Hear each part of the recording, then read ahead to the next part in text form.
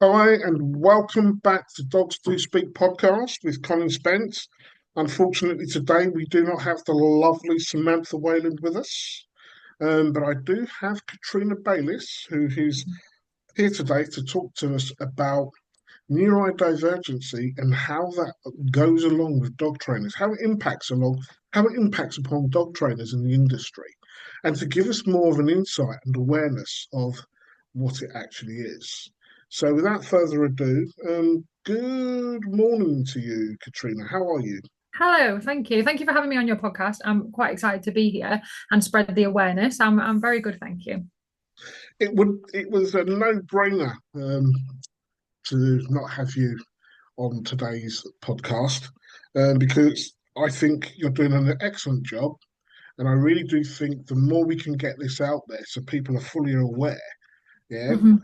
and other dog trainers, because there are lots of trainers in this industry, not just dog trainers, groomers, dog walkers, Mhm. um, you know, vets, vet nurses. There are lots of people out there that are so connected within the industry Mhm. that hold back.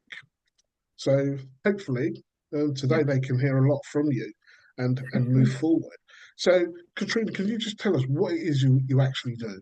Yeah, so I have a few different hats to my business. So I started out over 11 years ago now, and I actually started because I was going through I didn't intend to be a dog trainer. I didn't intend to do any of the things I'm doing now. It was just I was going through a period of extreme anxiety where I couldn't leave the house. I didn't have a dog at the time. I was okay if I was with other people, with my children, but when I was on my own, I was just didn't want to leave. I couldn't even go to do a local food shop without having to abandon everything and come home. So I was like, I need to get a hold of this. I need to get myself out and about. Always wanted a dog. Did my research and got my first dog, which is Milo. If you've seen any of my pictures on social media, he's the white and orange Cocker Spaniel. So I got him, and we just basically started dog walking, just getting out of the house, growing in my confidence. I started talking to other dog walkers, that kind of thing, and that led me down a path of feeling stronger, overcoming my anxiety. So I actually ended up being a dog walker, retraining, because of Milo's naughty behaviour. I was going to dog training classes myself, and I wasn't getting the answers that I needed to explain his behaviour. I was feeling quite kind of isolated. I was turning up to classes. I was wanting to do all of the good things and do everything right, but I just wasn't getting any answers. He was going off sniffing, doing all the naughty things, and I was like, didn't really know what to do. Wasn't getting any help, and they were just like, when you get your dog back, we'll try again, and that kind of thing. So basically, knowing what I know now due to my ADHD, hyper fixated on learning dog behavior. So did all of the courses, did everything, retrained, mainly with the view of just helping my own dog, to be honest.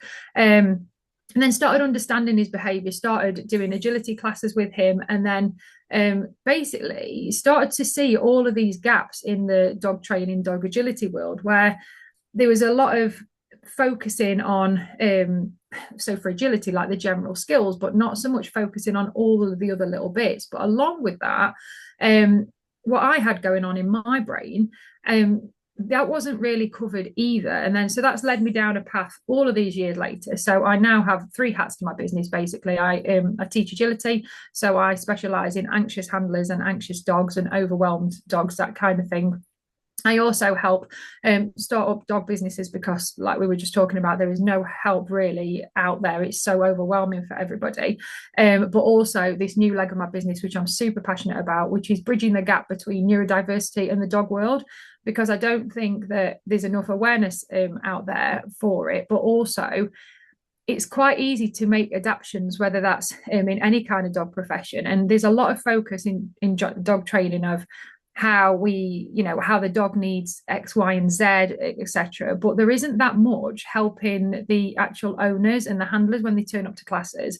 And we all know that our behavior has an impact on the dogs. They can smell our emotions and stuff. So I think we need, as dog trainers, as dog professionals, we need to be putting as much emphasis on making the human side of the relationship happy and making them feel comfortable in the class, because then the dogs are going to get the results. Because it's like this emotional loop, isn't it? That we all need to encompass everything together.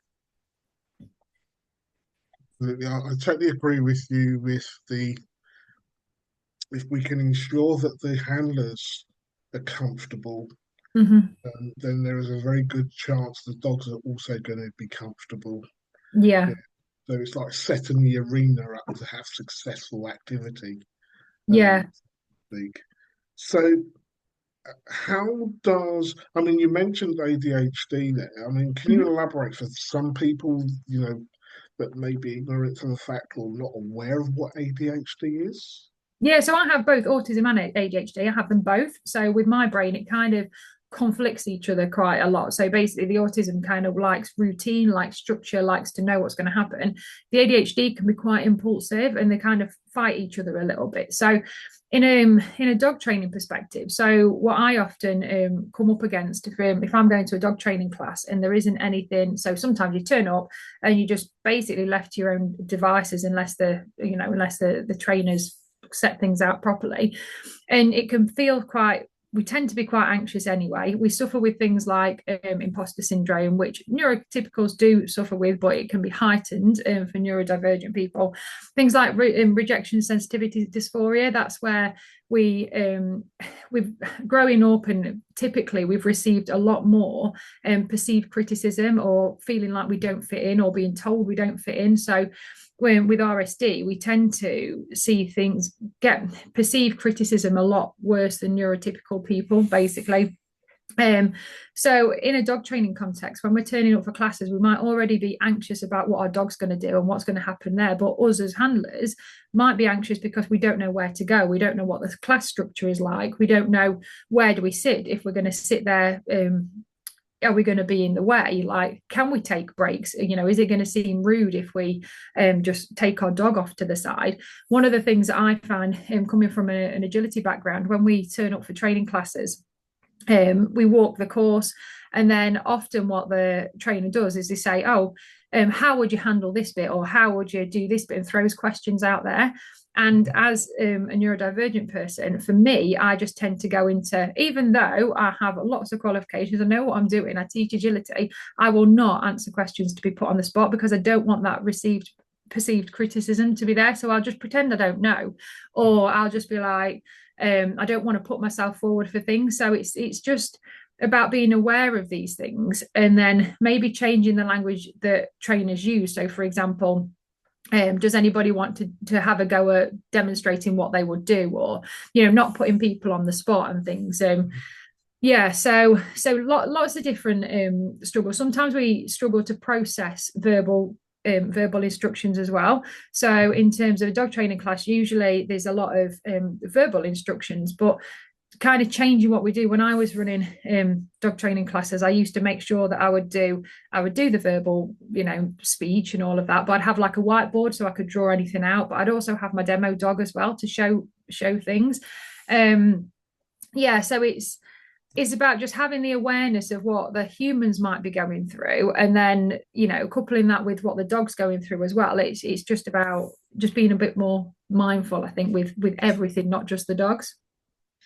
So, in other words, as well, if the trainer sets the class up correctly, Mm-hmm. they should also, this is probably just my opinion, understand how each individual's, sorry, what each individual's needs are. Yeah, definitely. And I think there's ways that we can do it discreetly as well. So obviously sometimes we'll have like intake forms and things like that. And the thing is with neurodivergent, everybody is so different. There's not like a one size fits all. And this is kind of what led me to do what I do. Because when I first started, my agility logo, I don't know if you can see it behind me, it's made up of lots of little jigsaw pieces. And the whole idea of that is, from a dog's perspective, it isn't just about the agility skills, it's about all the other different things that go into it. And I always talk with whatever I do, whichever hat I've got on at the time, like the dogs have their own jigsaw, and then the handlers have their own jigsaw as well. And the two jigsaws, all the pieces need to fit together, but they need to fit together, the handler jigsaw and the dog's jigsaw. So yeah, it's about understanding how to set it up correctly. But simple things like on an intake form, if you have an intake form, having a little option there for them to put any, do you struggle with anything like anxiety or anything like this, making it aware that you're not going to divulge that information to everybody else, just having it so you can set that session up for success for for them, and they might feel comfortable just to put a few comments in there, like, I don't like eye contact, I struggle with eye contact, or I don't like, there's so many other things like sensory needs. So for example, some neurodivergent people have such a strong sensory issues. So for example, using certain dog treats like wet food or greasy chicken or whatever that is. Now, of course, for some dogs, you might need something that's a little bit more motivating, but it's thinking outside the box a little bit and thinking about how could I still use that for the dog, because that's what the dog needs in that moment, but then a struggle to actually having a box of gloves or whatever it is, or having, I don't know, a long-handled wooden spoon, and just thinking about, so you can still deliver that service, but it's doing it in a way that helps the handler as much, rather than making the handler feel awkward or like a failure, because we all know that, we need to sometimes, up the value of the dog's reinforcement for X, Y, and Z, or simple things like, we use play, don't we, when we're training dogs, but because of how the handler's feeling, the dog might play in a certain environment, or even the go before, but then if the handler starts feeling a certain way, the dog might pick up on that and won't be able to play anymore. So it's about learning, I think, when we're dog training, learning as much about the handler as we do the dog, and trying to create that environment for everybody to thrive. And it's just the little tiny things that we can do as dog trainers to make everybody succeed, if that makes sense. That makes more than sense. In a strange way, these are things that we should be doing anyway. Yeah. But I think we sometimes are a bit blasé. Yeah. Yeah. We walk into the class, the people turn up. Have we really read their forms? Yeah. And if we have we taken on board, the person over there who's put down, I'm neurodivergent, I'm autistic, or what? Have we really taken that on board? I mean, what do you think dog trainers can do to? I know you've mentioned the intake form, but are there courses that people can go on? Is there some form of mentoring scheme that trainers can go on? Not that I'm aware of at the moment. I think there's a lot of things that are guided towards that. So obviously I have my Facebook group to build awareness and to grab as much information from everybody as possible. So the whole idea around the Facebook group is to get trainers in there, to get neurodivergent people in there, and to start a community, because the more we learn about each other, and like I say, there isn't a one size fits all. Everybody is so different with it. So the more input we can get into that, the better. I think eventually my vision would be to kind of create some kind of training for dog trainers to help them with this kind of thing, but also kind of create a list of kind of like neurodivergent friendly dog training services that people can go to, that they've been approved by of some kind of source, that it is safe to go there. Because I think with neurodivergence, a lot of it is we mask a lot. We pretend to fit in. And that can make us completely exhausted. So sometimes we put all our energy into just trying to fit in, to then not really, the dog training doesn't really sink in because we're struggling so much with what's going on internally. So by making it kind of a safe space for dog people, then they're going to open up more and have more success. But I think the first stage of it is just creating awareness and kind of giving people permission to be themselves in those situations. So like I've said, I've mentioned about the sensory issues with the food, but it might be simple things like clickers, because neurodivergent people can have sound sensitivities.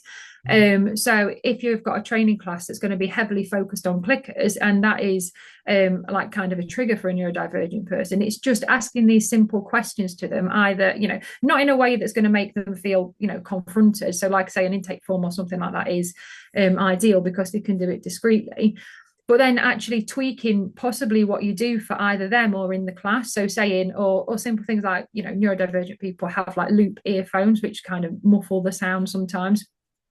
So saying, week 3, we're going to be doing clicker training. I know you might find this, this might be hard for you.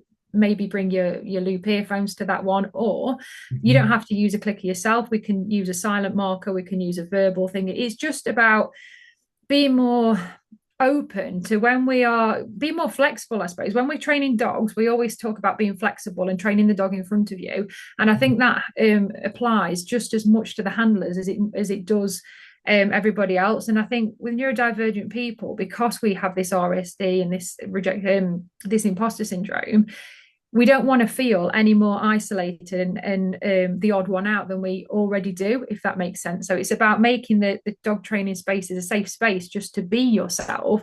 And then that's going to give them that permission just to think, oh, well, I just need a moment to the side, or I'm not using this, or we're adapting this, and making it okay to do things that are perceived as not normal, if that makes sense. You know, it must be extremely difficult because you said two words: Mm-hmm. masking, Yeah. who they are, Yeah. and imposter syndrome. Mm-hmm. So we all have that imposter syndrome feeling from time to time.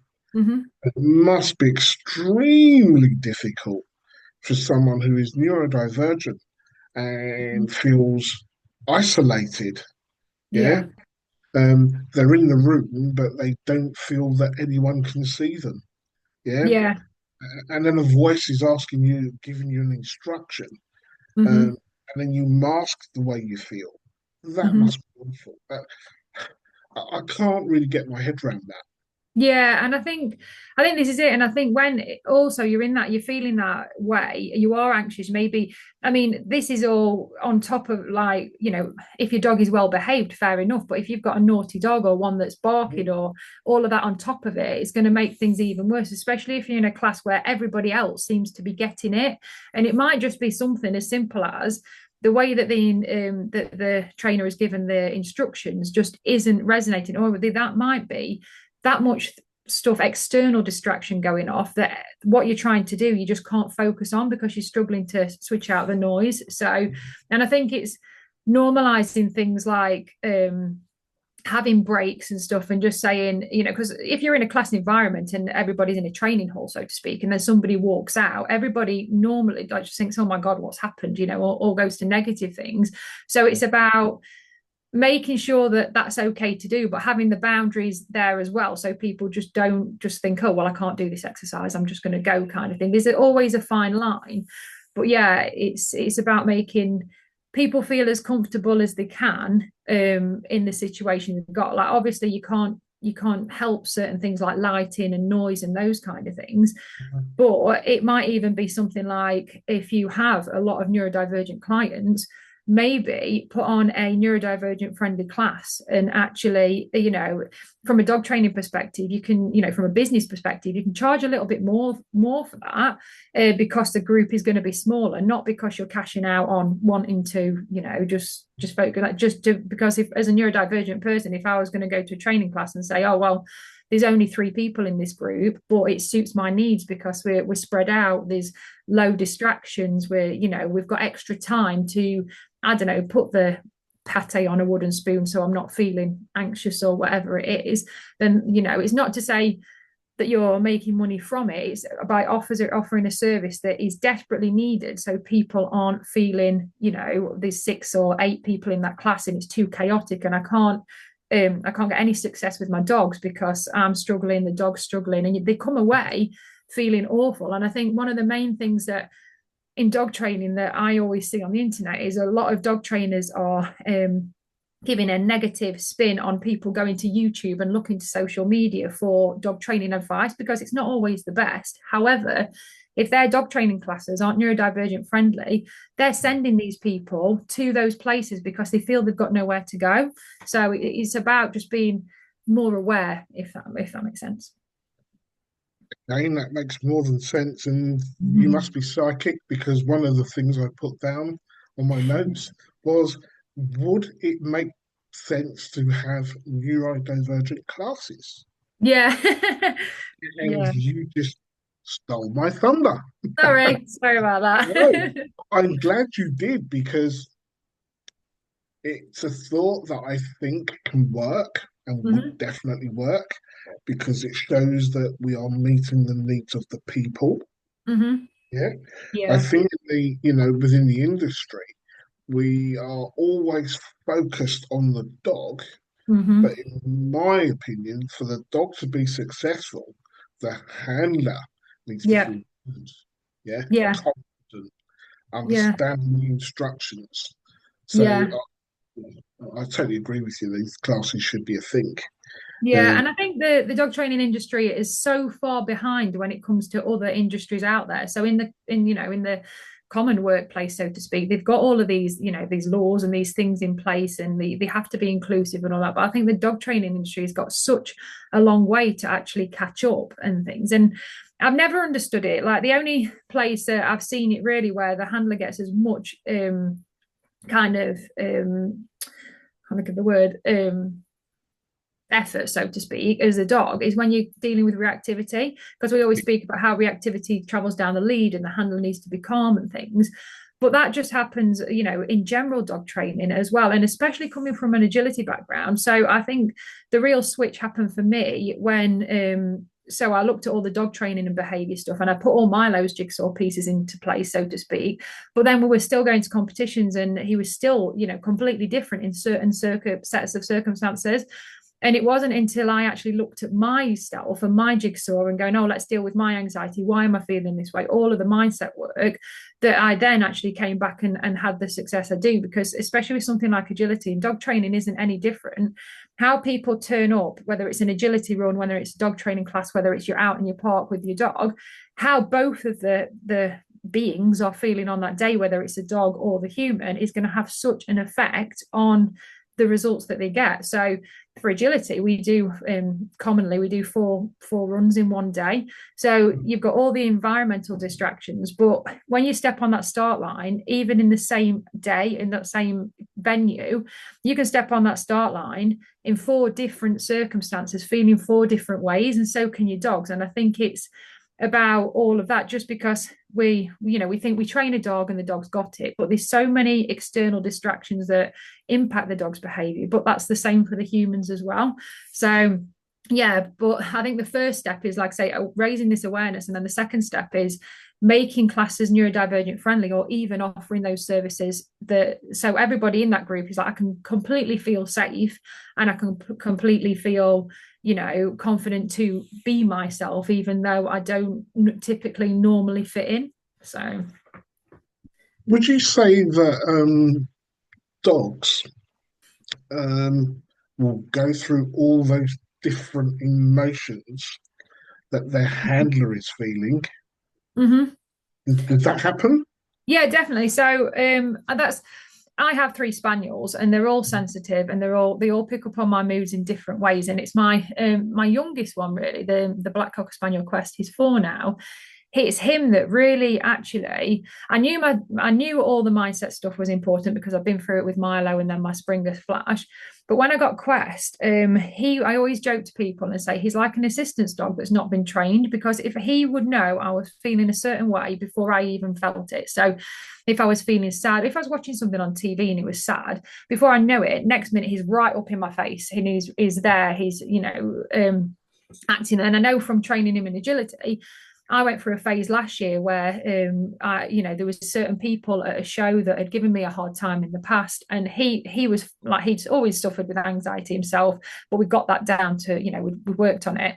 Turned up, expected everything to be fine, saw these people, and then I just completely, all my anxiety came back, and his behaviour completely changed. He'd like freeze on the start line, he'd stop mid-run, he'd poo in the ring because he was stressed, because it was purely because of how I was feeling, not anything else. So yeah, the dog's definitely, I call it like an emotional feedback loop. So usually what happens is the dog or the handler will be worried. It can either happen dog or handler first, doesn't really matter which one. One of them will be feeling a certain way, then the other one will pick up on it, then that will make the handler, so to speak, feel that way again. And it's like this loop of, oh my God, how do I break this cycle? Because you're both picking up on each other's behavior and emotions, and it's sometimes hard to break. So yeah, definitely, they definitely pick up on it. I keep going back in my head how difficult it is Mm-hmm. uh, for, what's the right word? The average person, I suppose, or Mhm. neurotypical. Yeah.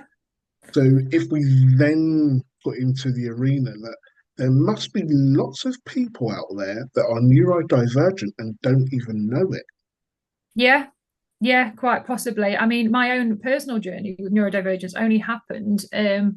I got diagnosed last June, and it was last May I went to an event. I always used to just think, oh, I'm a little bit, just a little bit weird. I don't, have the same, especially in agility. You get a lot of people that go for the to see other people, to socialize. That's the word I'm looking for.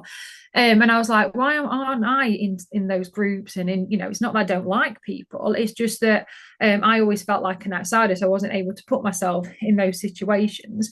And it wasn't even, I went to a business event. It was a business conference last year that's inclusively all about neurodivergence, inclusivity, everything. And it's from all different businesses. It's not a dog training one. And I went into that event and I was like, actually, all these light bulbs started going off. And I was like, I feel like this. And it was kind of relating to all of the stories, and didn't even realize how much of a thing it was out there, so to speak. And then that led me down the road to get my own diagnosis. And then the more that I a lot of these people have become my friends and stuff, and I follow their businesses. And the more that I learn about this kind of stuff out there in the other non-dog training world or non-dog world, we have got so much to catch up on. But then what has always blown my mind and baffles me is, as dog trainers, we know how much the handler, the human, impacts a dog. So once we get on board with all of this and start making the handlers feel more comfortable, more understood, more seen, more safe, then the dogs are going to get more success. And whether that's, as a dog business, you want that, because your clients are going to be more happy. They're going to tell other people, they're going to get more success. It's going to make your business look better as well, isn't it? So, yeah. I agree with everything you've just said. Um, but my head still is bashing from left to right, from right to left, Yeah. um, thinking that the difficulty of a class or even a one-to-one.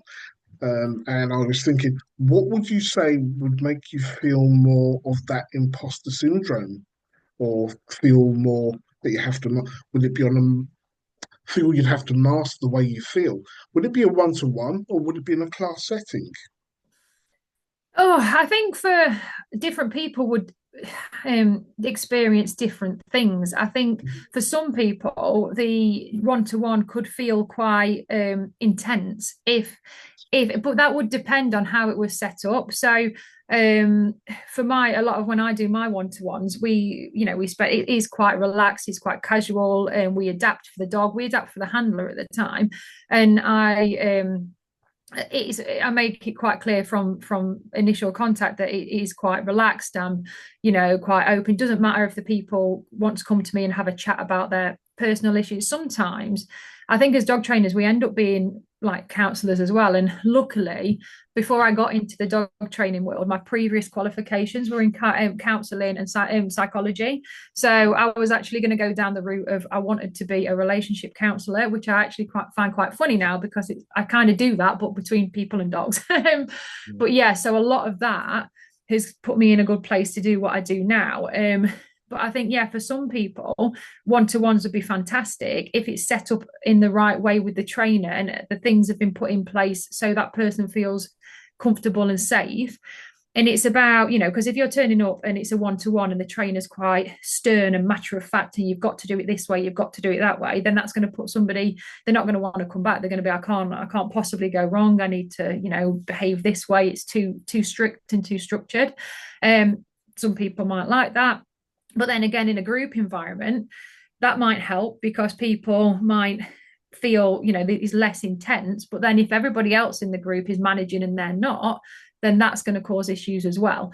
And I think it's just about when we're marketing our dog training services, whatever it might be, is making it obvious that it is a safe space and it doesn't matter, or maybe, like, say, having a checklist of this is how your dog might feel on the first session, this is how you might feel, but don't worry, those kind of things. But you're going to have to come at it from a place of awareness, because there's so much information on the internet. It's like anything like dog training. You can go on the internet and find a million things that you wouldn't do. It's about coming, being in the right circles, talking to the right people, having the community. And that's like what I want to do with the Facebook group, because you need the right information to then be able to go out there and offer a good service. Yes, definitely. I mean, we humans can be very, very structured without realizing we're structured. Yeah. So already we've got the structured dog trainer, who's a nice person, Yeah, yeah. and we have the clientele coming through the door with their pooches and Fidos, Mm-hmm. and then we break into spiel. I think it's at that point, or well before that point, actually, we need to start thinking more about the people before the dogs. Yeah, yeah, yeah. Yeah? Um, I think what I'm going to personally do is have a look at my intake form once again. Yeah, Yeah. yeah, yeah. And the way I set my classes up now and the way I approach individuals, I Mm-hmm. want to make sure they feel safe Mm-hmm. and they're comfortable. And in a Mm-hmm. roundabout way, ask them, is there anything they want to tell me about their mobility, their health, and then go onto that side of it so that I Mm-hmm. can help them better. Because Mm-hmm. it's only in the last, I was saying to you before we went on air, Mm-hmm. couple of years that I've been aware of Mm-hmm. what neurodivergency is, Yeah. uh, neurodiversity. And I couldn't even say the word because I wasn't aware of it. Yeah. Mm-hmm. So Yeah. your Facebook group, do you want to name the Facebook group? Yeah, it's called the Neuro-Inclusive Dog Hub on Facebook. And if anyone wanted to get in touch with you for your services, where Mm-hmm. would be the best place they would find you? I actually have two websites. It depends what they would come to me for. So, from an agility perspective, it is kbagility.com. And then I have got Katrina Bayliss coaching.co.uk that does kind of the business neurodiversity stuff as well. But usually Facebook's a good place to tap me up. You can usually get everything on there. Can you just pump the name of your Facebook group again, please? Yeah, it's called the Neuro-Inclusive Dog Hub. I would say to everybody, regardless of whether you are neurodivergent or not, it's a very good group to join. You'll Mm-hmm. definitely get more awareness and be able Mm-hmm. to communicate with other people that are neurodivergent. Mm-hmm. Um, Katrina, thank you very, very much. No, it's been a pleasure. Thank you for having me on. You have said a lot, Mm-hmm. and I've taken in a lot, and I'm sure anyone who's going to be watching this is going to learn a lot from you as well. Hopefully. Especially trainers who can, we can do a lot more, not just a little Mm-hmm. bit, we can do a lot more to make people feel more comfortable. Mm-hmm. So I want to say thank you very much for coming along today. No worries. Everybody, please subscribe to the Dogs Do Speak channel so you don't miss any future podcasts. Until the next time, it's goodbye from myself and Katrina, and Mhm. I will see you soon. Bye for now.